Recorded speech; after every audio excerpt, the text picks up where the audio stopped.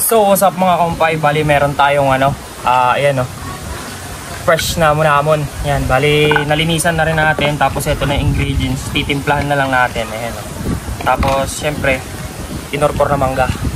Kaya ayan, let's go mga kumpay, timplahan na natin yan. So tantadin muna natin tong paminta para mas maganda.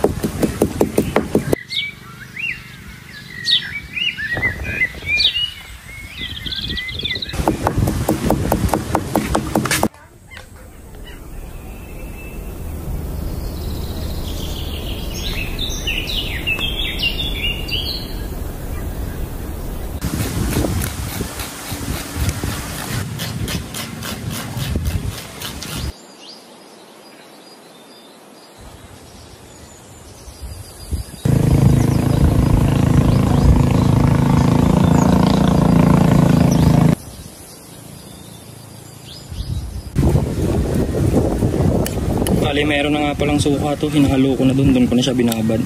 Tapos kapag nagkulang mga kumpay, o di tatansyahin na lang natin, titimpla na lang natin, tatagdagan natin. Mas maganda kasi kapag nabababad yung isda, yung munamon sa suka para umlap ba. Yan. Kaya ka-partner na ito. Ang masarap na partner na ito, labas nyo na yung gin nyo, umpay. Diba? Tawan, laki. Tagay na. Yan. Titikman na natin. Yan. The moment of truth, titikman na natin. Medyo may green.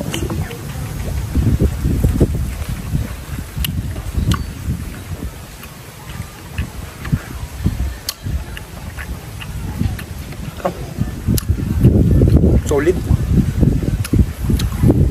Ang ano na lang gin na lang yung kulang.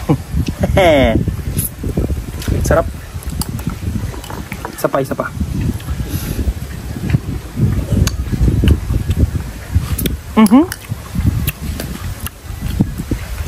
Sakto na eh.